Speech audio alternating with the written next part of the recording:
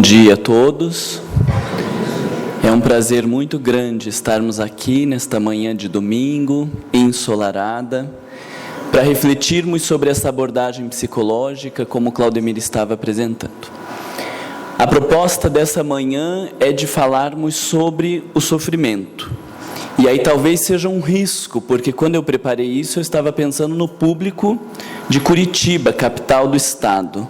Eu não sei se no interior, uma cidade tão bonita como essa, tão aconchegante, existe algum nível de sofrimento. É ironia a risada de vocês ou vocês concordam comigo? Existe ou não existe sofrimento aqui? Existe? Tá. Se fugir um pouco da realidade de vocês, vocês me falam e eu vou reajustando a nossa fala, tá bom? Então a proposta é de que a gente primeiro faça uma introdução, buscando algumas colocações de Allan Kardec que contextualiza a questão do sofrimento na nossa vida, para que depois a gente possa analisar o sofrimento ou as nascentes deste sofrimento pela perspectiva que Joana de Ângeles traz da compreensão do ser humano nesse viés psicológico. Então, para começarmos, precisamos pensar sobre o objetivo da vida terrena. E na questão 132 do Livro dos Espíritos, os espíritos superiores respondem a Kardec que Deus nos impõe a reencarnação com o fim de nos fazer chegar à perfeição. Então, quando dizemos que nós viemos à Terra para sofrer, que nós estamos aqui por acaso, ou que a vida é um mero acontecimento fortuito, a doutrina espírita não concorda com esse raciocínio. O pressuposto é de que todo ser humano que se encontra encarnado, ou seja, num corpo de carne como nós aqui estamos, assim acontece por um único objetivo: nos fazer chegar à perfeição. Então aqui já fica uma grande tarefa de como cada um de nós, na vida que temos e das responsabilidades que nos cabem, como podemos transformar esta experiência terrena numa possibilidade de nos aproximarmos desta perfeição, de evoluirmos moralmente, de crescermos interiormente. Na questão 133, eles dirão que todos são criados simples e ignorantes e se instruem nas lutas e tribulações da vida corporal. Então essa frase é importante para entendermos que hoje, se nós nos encontramos em momentos e condições diferentes uns dos outros, alguns com mais sofrimentos, outros com menos, alguns com mais facilidades e alegrias e outros com menos, não é por obra do acaso ou por benefício de Deus, porque todos fomos criados simples e ignorantes. Então, quando nós olhamos Divaldo Pereira Franco como uma alma nobre, Francisco Cândido Xavier e tantas outras figuras ilustres que passaram pela Terra, nós não podemos compreendê-los como pessoas à parte da criação. Eles também foram criados como nós, simples e ignorantes, e talvez tenham se adiantado um pouco mais na caminhada, ou sejam espíritos de um período anterior à nossa criação, porque Deus sempre criou e continuará criando sempre outros novos espíritos. Então, podem ser espíritos que antecedem a nossa criação, ou que nascendo num mesmo período, avançaram mais e a gente fica se bobeando como alguém que vai para a escola e não está muito preocupado em aprender, e outras pessoas que se dedicam muito mais a este aprendizado e com certeza conseguem chegar num lugar que aos olhos ignorantes vai parecer privilegiado, quando nós não conseguimos reconhecer que é merecedor de um empenho, que é resultado de um empenho e de um investimento daquela própria alma. Da mesma maneira, quando vivemos situações muito dolorosas e complexas, se Deus não faz as coisas ao acaso, se somos criados da mesma forma e com o objetivo de chegar à perfeição, então quando encontramos uma situação de grande sofrimento, de dor, de endurecimento, é muito provável que isso seja consequência das escolhas que fizemos até aqui, dos problemas que geramos até aqui, estamos lidando com eles, mas não para pagar, para que através destas experiências possamos encontrar esta tal desta perfeição. Fica claro isso para vocês? Fica? Ainda dentro desta introdução, no Evangelho segundo o Espiritismo, capítulo 5, Bem-aventurados aflitos, a gente precisa pensar sobre a questão da justiça divina. E Allan Kardec escreve que as vicissitudes da vida, elas derivam de uma causa. E pois que Deus é justo, justa há de ser esta causa. Isso, o de que cada um deve bem compenetrar-se. Então, quando eu estou passando por um problema muito difícil com o meu esposo ou com a minha esposa, de quem é a culpa? Da minha sogra, que educou ele desse jeito? Dos meus filhos? Da sociedade? De quem que é a responsabilidade? Faça 5 dedinhos, não apontando para mim, cada um apontando para si mesmo. Nossa, porque se eu estou vivendo este sofrimento, não existiria justiça se não fosse eu o causador ou responsável por este sofrimento. Mas essa é a tendência, ou nós adoramos responsabilizar as outras pessoas pelo nosso sofrimento? A gente diz, fulano me deixa com raiva. Não, eu fico com raiva porque não aceito essas coisas que fulano faz.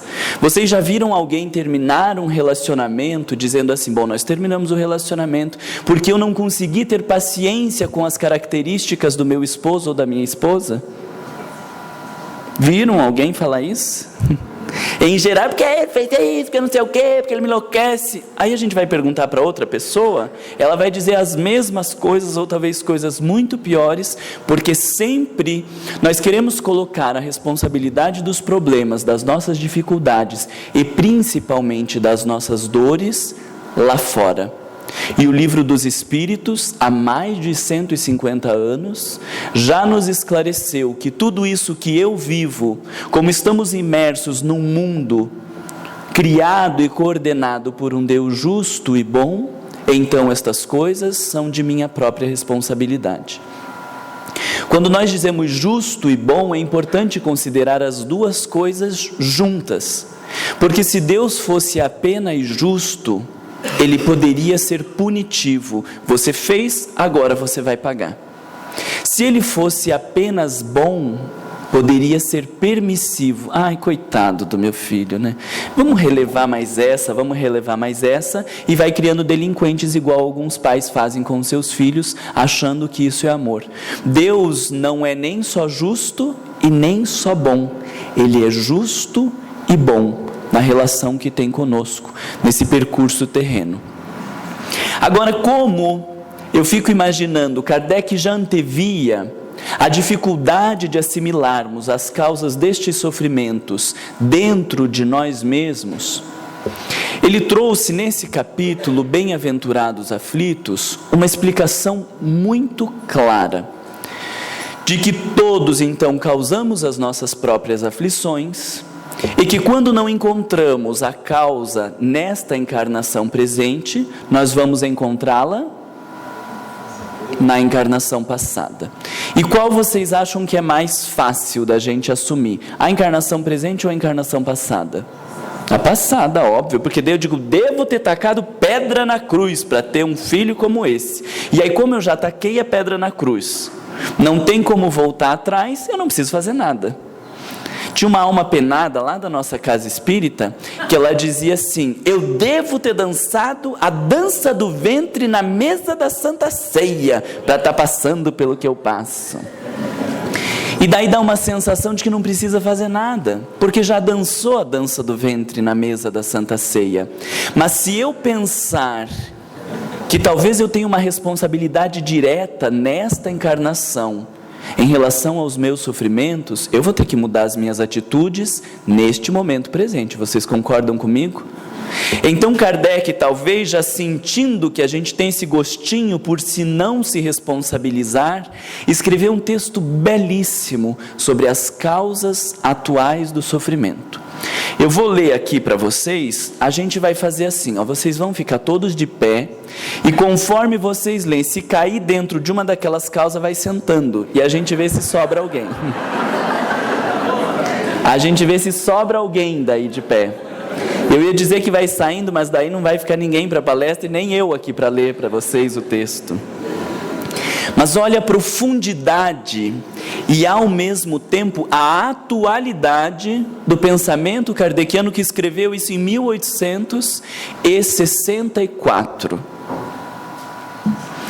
Quantos homens caem por sua própria culpa, vítimas de sua imprevidência, de seu orgulho e de sua ambição?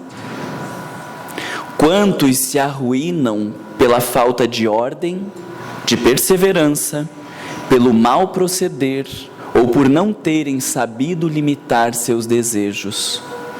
Quantas uniões desgraçadas porque resultaram de um cálculo de interesse ou de vaidade e nas quais o coração não tomou parte alguma? Quantas dissensões e funestas disputas se teriam evitado com um pouco de moderação e menos suscetibilidade? Quantas doenças e enfermidades decorrem da intemperança e dos excessos de todo o gênero? Será que sobraria alguém nesse salão? E vocês imaginem, quando Kardec fala das doenças e enfermidades em decorrência das intemperanças e excessos, que ainda estava muito longe de termos a psicologia chamada de psicossomática, que hoje analisa todos os sintomas físicos como nascente nos conflitos emocionais. Muito antes disso, Kardec já estava falando dos nossos processos de adoecimento e dos estados mentais, de como somos geradores dos sofrimentos, não apenas nas nossas relações, não apenas nos conflitos mentais, mas inclusive nas nossas doenças físicas, autores de nossa própria vida, nos benefícios e nos prejuízos. E aí, para que a gente possa consolidar essa introdução, eu trouxe uma frase aqui do livro Refletindo a Alma, que diz assim: a compreensão espiritista a respeito da vida e do sofrimento nos faz crer que ninguém está no mundo para sofrer. O sofrimento é apenas um método pedagógico próprio do planeta Terra. Através da dor e do sofrimento, nós acabamos aprendendo. Então, eu sempre gosto de dizer: quando que nós valorizamos e cuidamos da nossa saúde? Quando a gente perde. Quando que a gente cuida do dinheiro? Quando não tem. Quando que nós valorizamos um ente querido? Quando ele morre. Então, infelizmente, precisamos da dor e do sofrimento para nos transformarmos. Mas a responsabilidade não é de Deus, a alternativa é nossa, de fazermos escolhas através da dor, enquanto poderíamos aprender através do exemplo de outros espíritos, através do amor, do raciocínio, da intuição e fazermos condutas diferenciadas. Então, se hoje eu vivo qualquer tipo de sofrimento, nós estamos reconhecendo que é consequência das minhas atitudes, mas não é num sentido de pagar, é num sentido de aprendizado, e que sou eu o autor da minha própria vida em tudo que hoje ela está inscrita. Isso fica claro para vocês? Preciso que faça assim ou assim, senão eu tento explicar um pouco mais. Fica claro para vocês?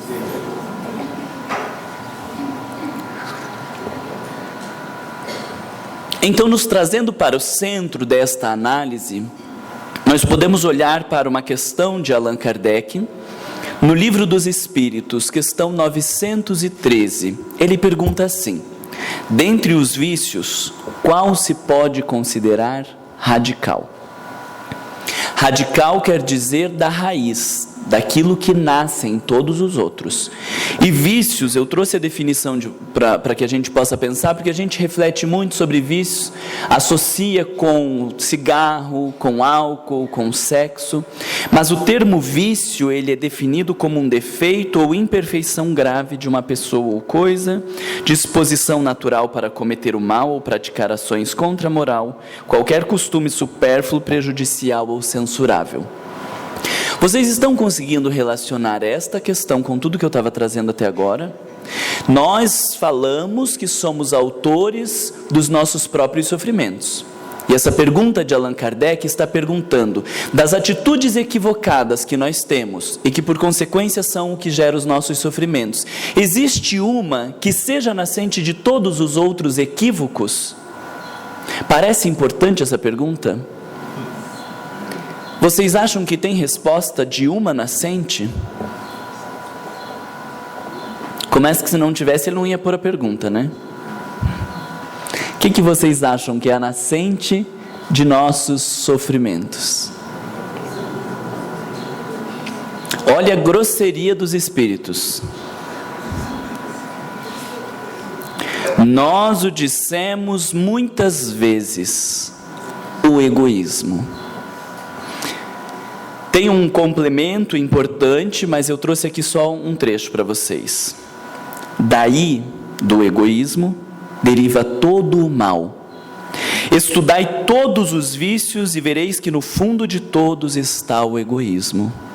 Inutilmente os combatereis, e não conseguireis extirpá-los enquanto não houverdes atacado o mal em sua raiz. Tendam todos os esforços para ele, pois esta é a verdadeira chaga da humanidade. Profundo texto, não? Nos falando que talvez a gente gaste tempo tentando mudar algumas posturas da vida, se preocupando em lidar com isso ou com aquilo, e que os espíritos estão nos dizendo que nós só estamos perdendo tempo, porque precisamos voltar toda a nossa atenção para a nascente de todos os males, como alguém que, tendo uma fonte jorrando água, fica mais preocupado em tentar secar as consequências dessa água transbordante do que de olhar para a sua nascente. E aí nós vamos nos desgastar imensamente olhando para a água que cai no chão e não vamos conseguir dar conta disso, porque não atentamos para a nascente daquela água. Vocês conseguem compreender isso? Aí, então nós gostaríamos de pensar um pouco mais sobre o egoísmo enquanto a nascente dos nossos vícios, e que entendemos os nossos vícios como nascente dos nossos sofrimentos. E por isso eu primeiro queria perguntar para vocês se alguém aqui é egoísta. Levanta a mão para eu ver. Vamos fazer o inverso para constranger.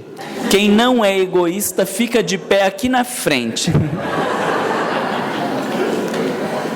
Mas eu tenho uma sensação que, embora vocês tenham levantado a mão, porque a gente fica olhando se o outro está levantando, se não está levantando, o que a gente faz? Eu tenho a sensação que, para a maioria das pessoas, nós dizemos que somos egoístas, que somos orgulhosos, mas se perguntar aonde o egoísmo está na sua vida, a gente não sabe responder. A gente diz que é egoísta, mas a gente faz tanta coisa boa, né? A gente é tão bom, a gente ajuda tanto as pessoas.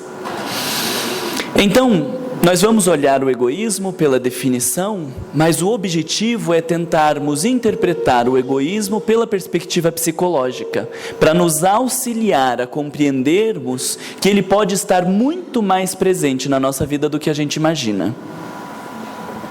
Ainda dá tempo de alguém, se quiser ir embora. Porque depois que vocês virem toda essa parte aqui, não vai ter como alegar desconhecimento, eu não sabia e eu não tinha noção. Pode dizer que dormiu na palestra, é verdade. Egoísmo é um amor exagerado aos próprios valores e interesses em despeitos do de outrem. Exclusivismo que leva uma pessoa a se tomar como referência a tudo. Então eu volto a perguntar para vocês, olhando como amor exagerado aos próprios valores e interesses em despeitos dos de outro, ou exclusivismo, vocês imaginam que são egoístas?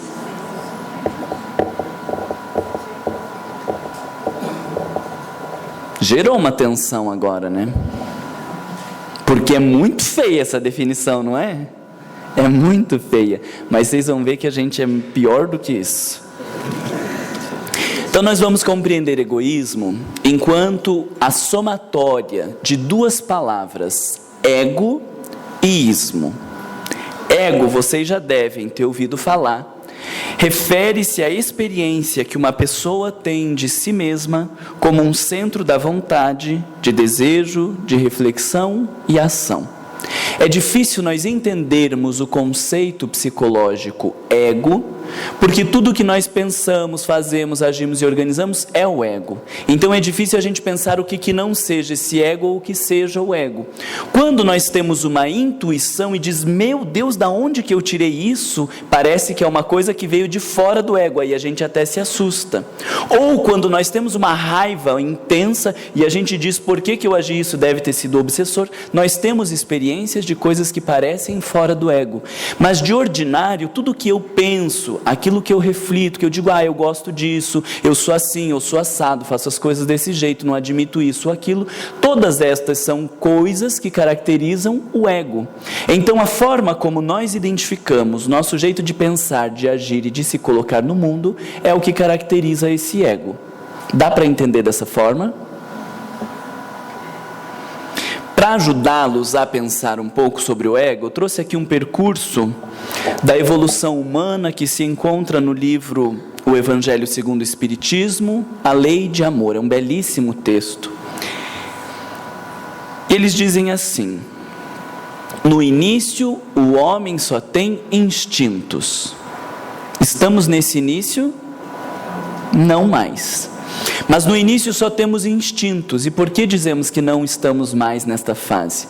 Porque no instinto não há reflexão, não há pensamento, organização e planejamento do comportamento. Então tem um exemplo que eu adoro dar para vocês, que eu acho muito simples para pensar o instinto. Vocês imaginem uma mãe que está com um filho pequeno na mão e no outro braço com um monte de garrafas de leite, de qualquer outra coisa.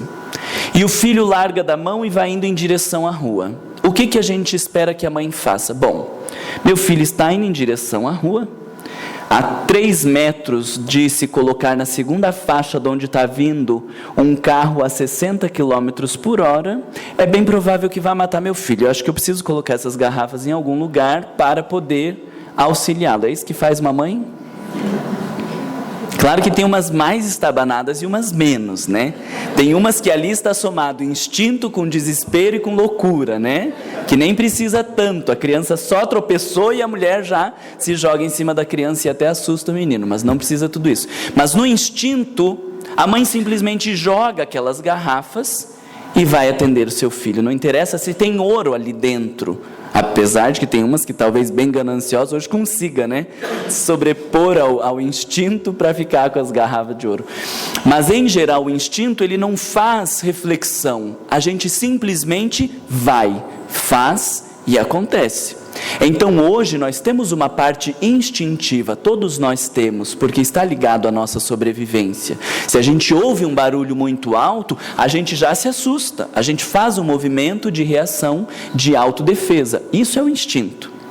Mas à medida que o instinto vai se desenvolvendo e depurando, nós temos as sensações, e aí começa o nosso problema. Porque sensações, existem sensações boas e sensações más. E aí nós precisamos começar a optar se queremos sensações boas ou sensações más. Então vocês entendem que aqui há necessidade do surgimento do ego para fazer a administração entre sensações boas e sensações más. Ontem nós ficamos batendo papo até 11h30 da noite. Comi um monte de pizza, porque era uma pizza desconhecida, maravilhosa. Dificuldade de dormir, e hoje em dia toco o despertador bem cedinho, que eu tinha mais um monte de coisa para fazer. Sensação boa ou sensação má de acordar? Péssima, horrorosa. Mas daí o que a gente faz? Eu não vou na palestra, depois pego um táxi mesmo, vou direto para o aeroporto, que já está paga a passagem de volta, e não vou na palestra. Não, mesmo com uma sensação má, a gente faz uma administração dizendo, mas agora eu vou acordar cedo e quem sabe chegando em Curitiba eu posso dormir um pouco mais cedo e me recompor destas atividades. Quem é noturno, acordar de manhã cedo para ir trabalhar é sensação boa, má, péssima ou odiosa? Odiosa, né? É muito ruim. Mas se eu deixo de acordar todos os dias pensando que hoje eu não quero, eu não consigo parar em trabalho nenhum. E existem pessoas assim, não existem? Fica uma semana, um mês e daqui a pouco vai largando. Depois eu arrumo outro emprego. Nós chamamos de pessoas irresponsáveis, porque elas estão considerando muito mais os desejos imediatistas do que fazendo um planejamento das consequências dessa atitude para o futuro. Mas se eu não conseguir administrar a minha vida e buscar apenas sensações más, eu vou conseguir existir no mundo? Obviamente que não, porque a gente precisa de prazeres. Então hoje acordar cedo foi um desprazer, mas pensando que vir aqui, estar com vocês e poder falar do Espiritismo seria um prazer muito maior. Então nós vamos administrando. Quem faz esta administração das experiências da vida é o ego. Quando não estamos conseguindo administrar bem as experiências da vida, nós vamos dizer que existe ali um ego frágil. Um ego que não está dando conta de organizar a vida e o seu entorno. Eu já senti que uns de vocês... então aquele lá é ego frágil. Não fica pensando na vida dos outros. Pensa na tua vida, como que está o seu ego e como que você está administrando as suas sensações boas ou más, tá? Vocês pensaram, né? Eu acho que pelo menos uns 15 eu vi pensando assim, ó. E depois, as sensações, quanto mais depuradas e desenvolvidas, desenvolvem o sentimento, e o sentimento por excelência é o amor, é o que está lá no nosso texto. Então, com isso, vocês conseguem entender esta lógica de que o ego é essa instância que vai administrar as experiências da nossa vida, lidar com os problemas, com prazeres, desprazeres, e organizando a nossa caminhada terrena. Agora, a palavra ismo é um sufixo utilizado para algumas palavras como formação de nome de ação ou formação de substantivos abstratos. Por exemplo, paraquedismo, ciclismo, espiritismo, são todas palavras em que este ismo vem para dar essa caracterização de um nome de ação ou de um substantivo abstrato. Mas isso não é suficiente para a gente entender egoísmo, porque senão a gente vai dizer que egoísmo é toda a ação do ego. E aí as pessoas se perdem. Porque se eu estou numa relação extremamente prejudicial, que não me acrescenta mais nada, que eu estou guardando mágoas, rancores e ressentimentos, eu acredito que dizer não, vamos nos separar porque daqui a coisa só vai piorar, é egoísmo. A mãe que acabou de ter um bebê que está enlouquecida, beirando depressão pós-parto, dizer pelo amor de Deus, alguém cuida dessa criança porque eu preciso dormir, ela vai parecer egoísta. Então ela fica ali e depois um dia ela acaba deixando a criança cair sem querer, porque não suporta mais o estado em que está vivendo. Todo movimento em que nós fazemos pensando em nós mesmos é egoísmo? Pelo amor de Deus, faça assim com a cabeça. Não. Nós confundimos egoísmo com auto-amor. A lei maior é de amar a Deus sobre todas as coisas e ao próximo como a si mesmo. A medida de amor que nós conseguimos viver para os outros, ela é dada primeiro pela capacidade que temos de nos amar. Mas existem muitas pessoas chamando de auto-amor egoísmo, eu me amo e as coisas vão ser do meu jeito, e existem muitas pessoas chamando de egoísmo o que seria uma postura de auto-amor. Nós nos perdemos completamente nessa diferenciação e vamos nos deteriorando nas relações. Então, o egoísmo nesse sentido não é suficiente para entendermos, mas no dicionário nós também vamos compreender egoísmo como uma intoxicação, adoecimento, é como estragar, deformar ou perverter. Então nós podemos pensar o egoísmo como uma intoxicação ou como um adoecimento do ego. Existe um momento saudável do ego e existe um momento adoecido. Existe uma manifestação saudável do ego e existe uma manifestação adoecida. Por isso, Joana de Ângeles, no livro Despertar do Espírito, aqui em amarelo, usa essa expressão, manifestações egóicas doentias. Porque existem manifestações egóicas saudáveis e manifestações egóicas doentias. O grande desafio é conseguirmos compreender o que é uma manifestação doentia do que é uma manifestação saudável. E aí, para isso, eu quero ajudá-los trazendo alguns exemplos. Será que a gente faz também o de ficar em pé e vocês vão sentando conforme o exemplo, para a gente ver se sobra alguém ou não precisa? Então tá bom. O primeiro é a culpa. Deixa eu olhar para vocês, que olhando pela reação de vocês, eu já vejo quem que se culpa e quem que não se culpa. O que tem a ver a culpa com o ego adoecido? Olha só, na culpa, nós vamos dizer que existe um ego que se pune. Eu fiz uma coisa errada, pode ser muito errada. O que se espera de alguém que tenha cometido um grave erro?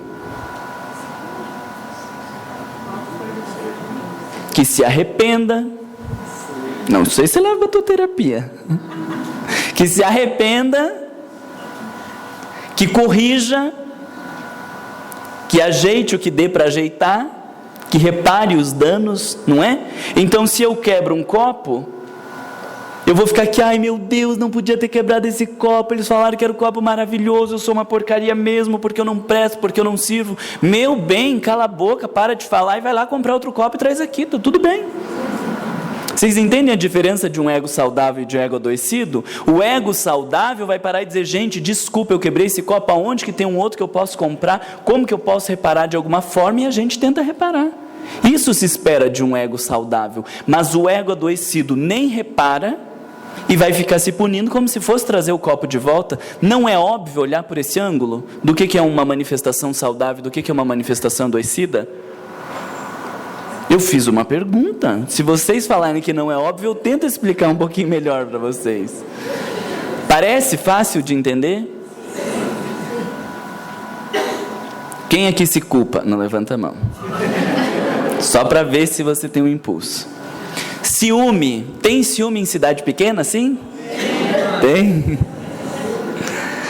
O que tem a ver o ciúme com o ego adoecido? Ah, meu Deus do céu, a senhora está levantando porque é ciumento ou porque quer fazer uma pergunta? Sobre a culpa, vamos voltar lá.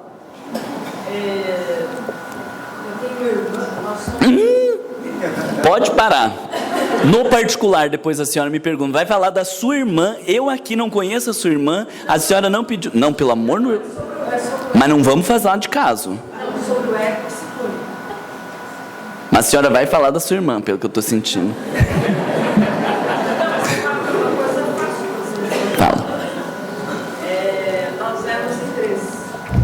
E eu sempre morei no oeste. E as duas no norte do Paraná. E daí a do meio faleceu de Deus temível. E a mais velha, agora é a Ana, ela, cada vez que faz 2 anos que faleceu, ela fica doente. Então, eu acho, e ela se preocupa. A senhora acha e eu não tenho direito de achar nada, porque eu não conheço ela.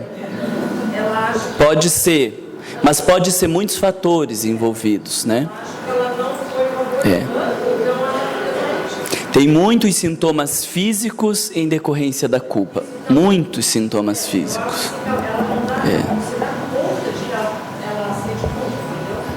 Porque justamente esse funcionamento ele tem muito de inconsciência, né? A gente não percebe que está fazendo isso, né?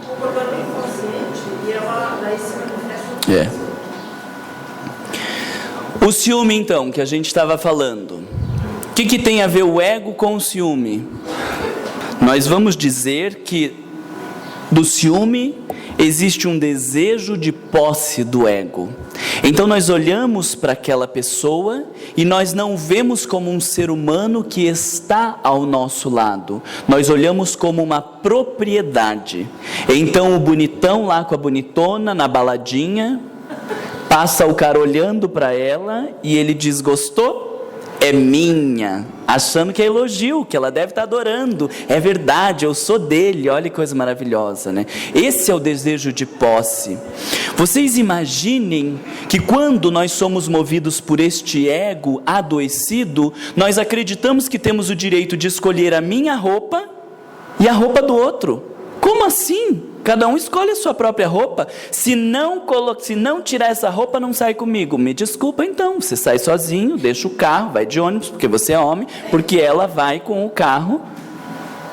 Não é um adoecimento achar que nós temos direito de definir com quem a pessoa que nós estamos pode se relacionar. Com esse amigo, com um ex-namorado, você não pode falar ou ex-namorada. Meu Deus do céu, mas se essa pessoa, ela não está agindo como você quer, então você vai procurar outra pessoa. Porque não é uma posse.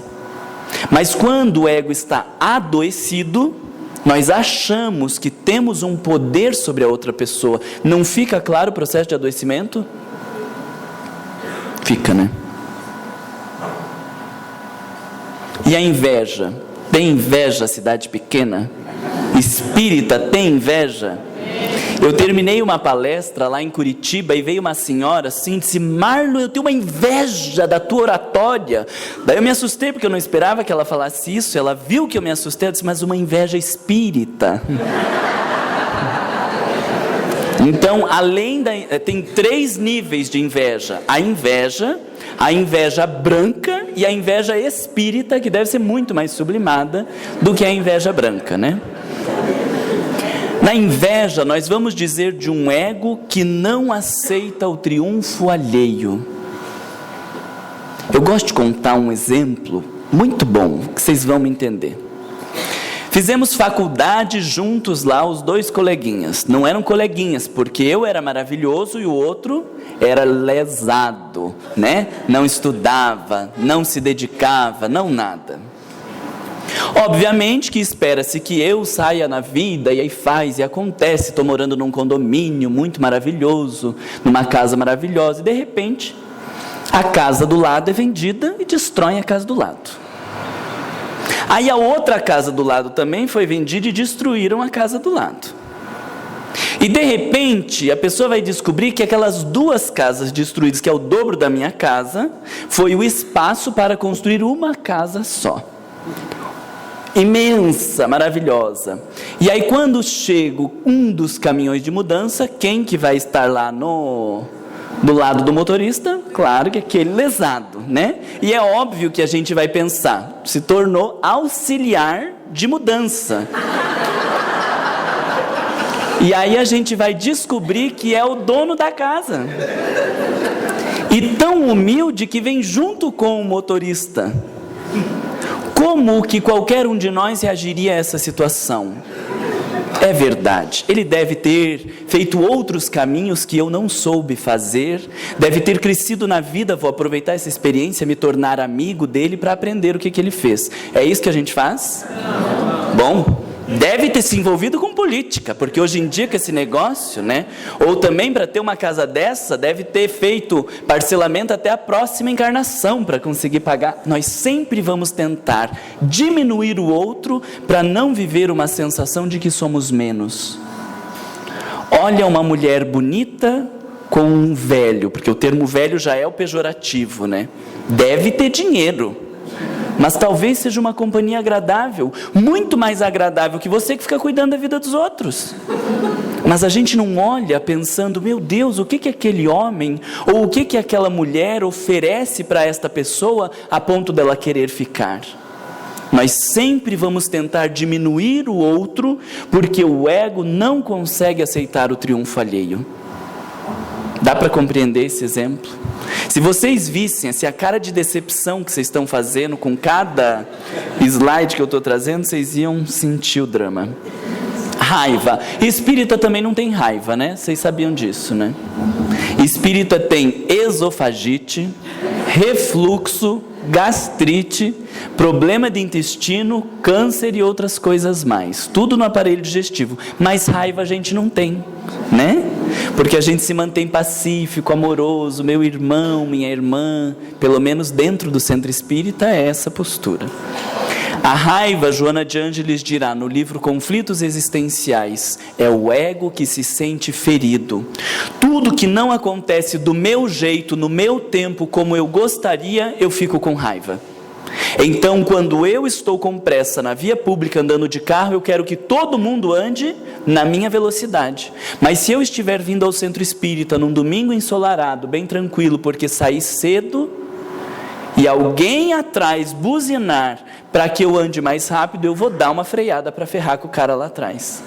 Então veja que sempre, em geral, nós vamos sentir raiva quando o ego se sente ferido, e a gente não precisa fazer esforço para ele se sentir ferido, porque qualquer coisa que acontece à nossa volta, que não é no nosso tempo, do nosso jeito ou como gostaríamos, nós acabamos tendo uma reação de raiva. Adoecido ou não adoecido?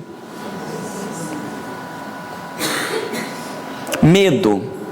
Anotei aqui para a gente o medo com um asterisco, porque existe esse medo do ego que se esconde e existe um medo saudável. Se hoje aqui despenca uma casa ou começa a cair o telhado, é natural que a gente tenha medo e saia todo mundo correndo. Deveria, num ego saudável, manifestar-se dessa forma. O ego adoecido vai dizer, vamos ver se vai cair mesmo esse aqui. Quero ver se Deus vai me matar desse jeito. Está louco a pessoa, né? A gente sai correndo. Então, em alguns momentos, ter medo é o saudável. Mas existem muitos momentos onde o medo é manifestação do ego adoecido. Nós vamos dizer de um ego que se esconde. Por exemplo, vir fazer oração aqui na frente. Tem um monte de gente que tem medo. Ai, pelo amor de Deus, eu estou com uma bala lá no nosso centro espírita, o pessoal estava com bala na boca. Ai, estou com bala, tá? Com bala. Aí teve um dia, eu falei, mas pode vir com bala mesmo, põe embaixo da língua e faz a oração. Nunca mais teve problema do estou com bala na boca. Então vê, quando eu venho fazer a oração aqui na frente, eu estou correndo risco de vida? Espera-se que não. O que corre risco de vida vindo fazer uma oração aqui na frente? O ego. Vai que eu falo ponhal pinchar no meio da oração. Vai que eu estou no Pai Nosso e as pessoas quando vão fazer o Pai Nosso em público, elas engatam bem rápido com medo de esquecer no meio do caminho. Pai Nosso que está no céu santificado. E vai que eu esqueço o Pai Nosso no meio do caminho. O que as pessoas vão dizer de mim? O que elas vão pensar? É o ego. Porque quando eu estou sentadinho, bonitinho, perfumado e arrumadinho, as pessoas têm certeza de que eu sou maravilhoso. Mas se eu vier aqui na frente falar uma coisa errada, elas vão ter certeza que eu não sou o maravilhoso que eu mostrava. Não é assim que funciona? Falar para uma pessoa que nós a amamos, corre risco de vida? Se for casada, com um marido grosseiro, uma mulher enlouquecida, corre risco de vida. Mas digo assim, de uma amizade, uma pessoa que a gente gosta, corre risco de vida de dizer que a gente ama? Não corre. Mas quem corre risco de vida senão o ego? Vai que o outro diz que não me ama, vai pensar que eu sou um trouxa, que pode pisar em cima de mim, que pode fazer o que quiser. O ego deseja se esconder com o medo, correndo risco de vida. Pedir perdão, então... Alguém corre risco de vida de pedir perdão? Mas a gente sente um aceleramento no coração, parece que vai dar um colapso quando está em frente à pessoa querendo pedir perdão, e se for em público, muito pior. Mas não está correndo um risco de vida. Mas vai que o sujeito diz, eu não te perdoo, seu salafrário. Agora vem com essa cara murcha aí para pedir desculpa. Quem está correndo risco de vida? O ego. Então nós deixamos de fazer muitas coisas boas, deixamos de viver o nosso potencial por causa deste medo egóico. É claro que todo mundo, quando vier fazer a primeira palestra aqui na frente, vai ter dificuldade. Mas se não tivermos coragem de sobrepor ao ego, a gente não vai fazer nunca. A primeira aula de evangelização, o primeiro trabalho assistencial, dar o passe, sei lá, qualquer outra coisa. Mas se nós deixarmos este ego adoecido tomando conta da nossa vida, nós não conseguimos caminhar para frente. A tristeza da mesma forma. Existe um aspecto da tristeza que é saudável, e existe um aspecto da tristeza que é adoecido, do ego que não aceita a vida como ela é. Então eu passo pela morte de um ente querido, pela morte de um amigo, por uma decepção, e aí eu vou dizendo, se a vida é para ser desse jeito, eu não quero. Como se a gente pudesse se contrapor a Deus e dizer como que ele tinha que ter feito. Ele tinha que ter me perguntado, como que vai matar meu filho assim?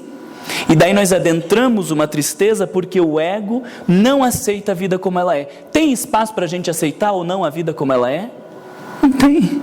Ela vai ser do mesmo jeito. Mas aceitando, as coisas fluem, e não aceitando, fica mais doloroso. Então a única coisa que a gente escolhe é se essa dor vai se intensificar pela nossa revolta, ou se ela vai aos poucos se desfazendo pelo nosso processo de aceitação verdadeira. Mas não existe espaço para aceitar ou não aceitar. Por isso nós dizemos que é um ego adoecido.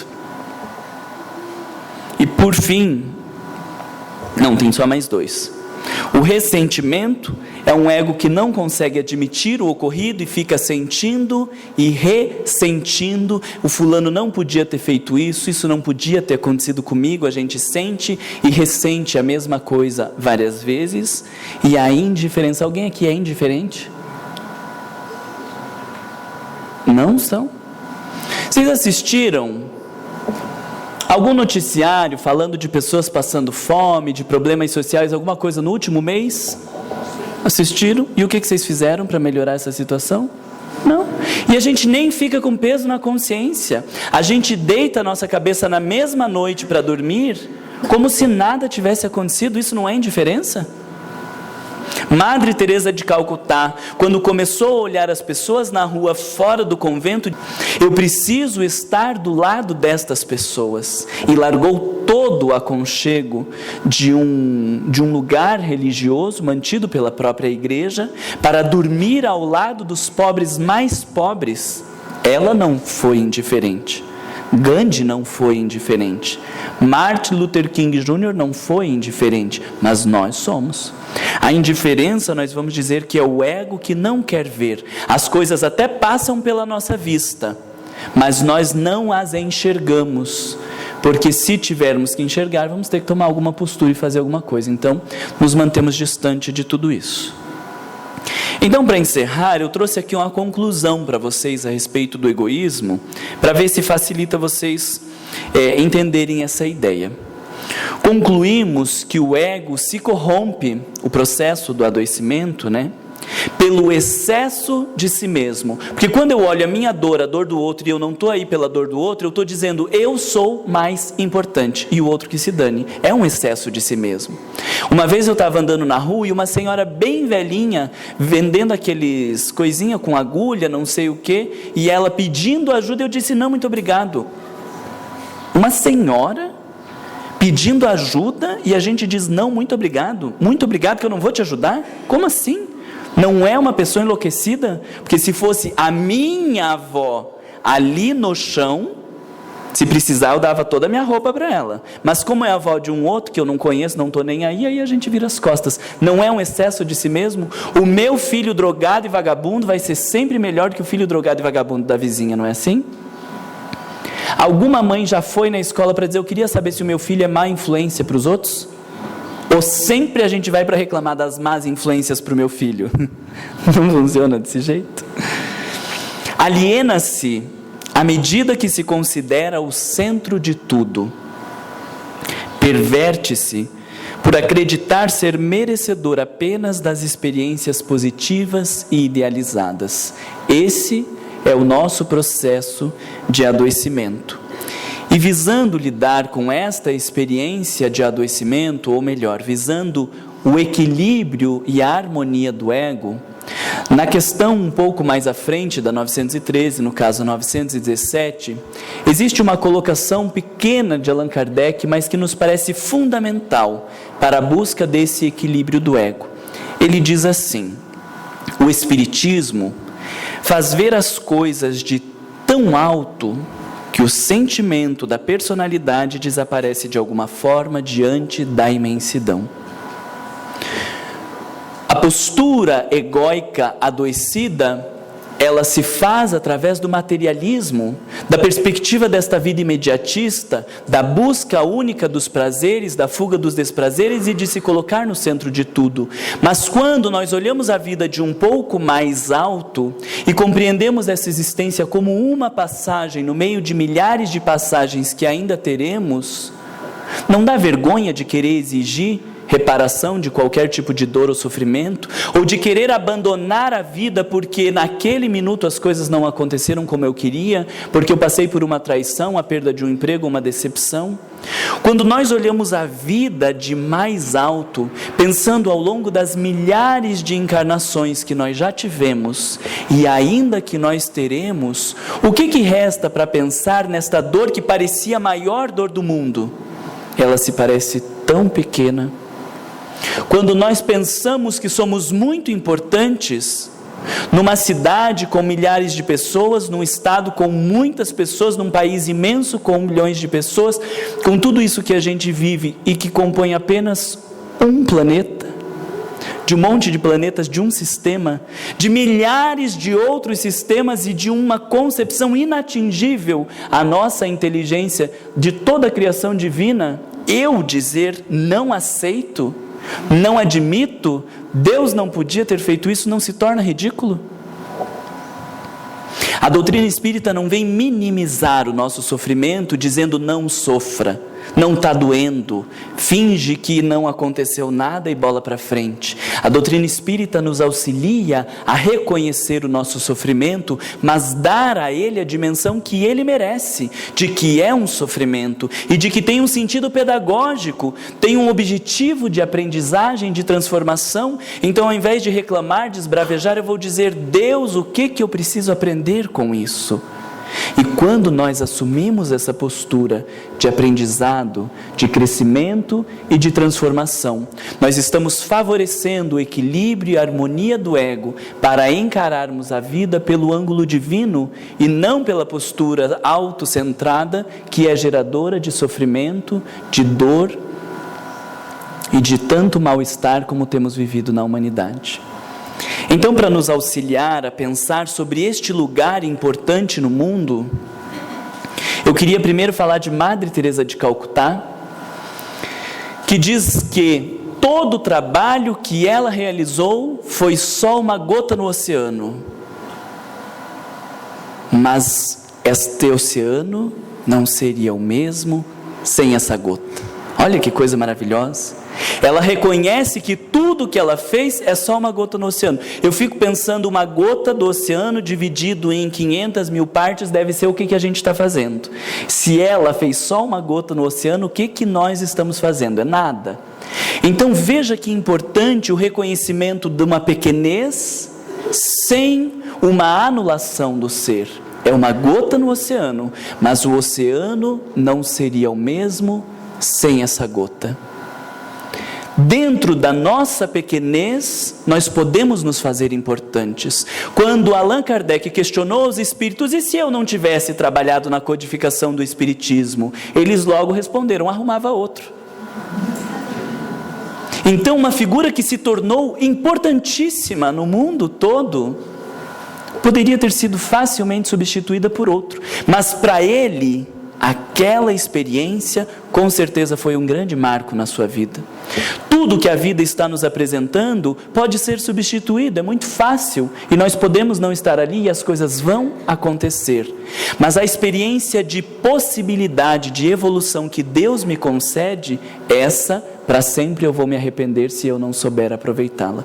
Então, nesse sentido de compreender a nossa pequenez frente à grandiosidade do mundo e à grandiosidade que nós também podemos ser, eu trouxe para vocês aqui uma poesia de Amélia Rodrigues, que é lindíssima e que eu gostaria de compartilhar para que tocasse-lhes os corações.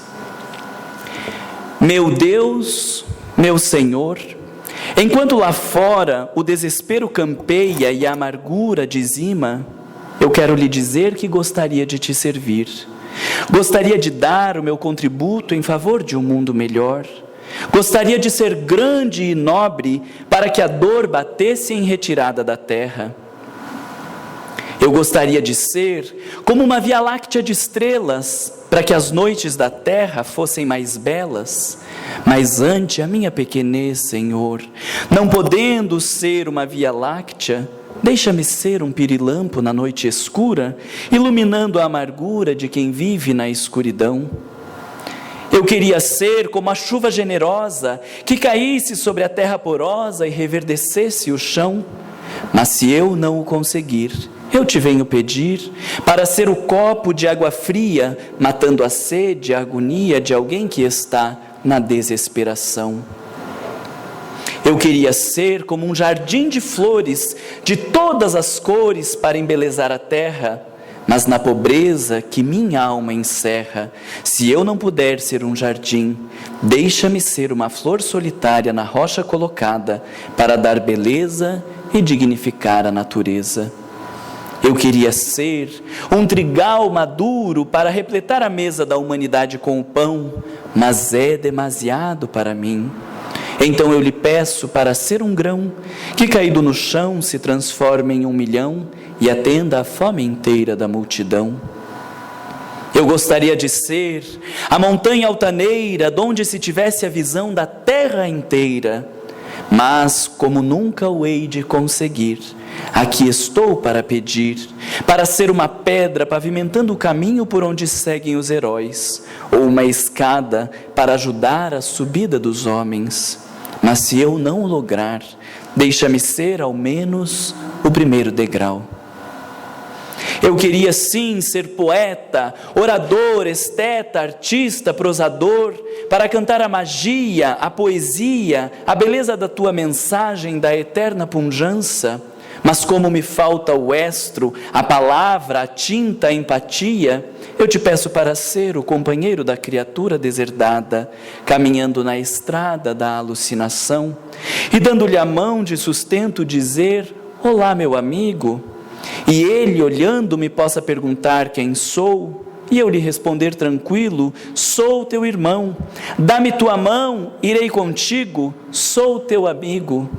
Ó Senhor, muito obrigado porque nasci, obrigado, Senhor, porque creio em Ti, pelo Teu amor, muito obrigado, Senhor. Que sejamos nós, meus irmãos, as criaturas agradecidas a Deus pela oportunidade de estarmos na terra, em meio às dores, aos sofrimentos e dificuldades, porque através destes degraus nós conseguiremos ascender ao Pai. Pela atenção de vocês, pela possibilidade de estarmos esses dias juntos, pelo convite da nossa regional, muito obrigado.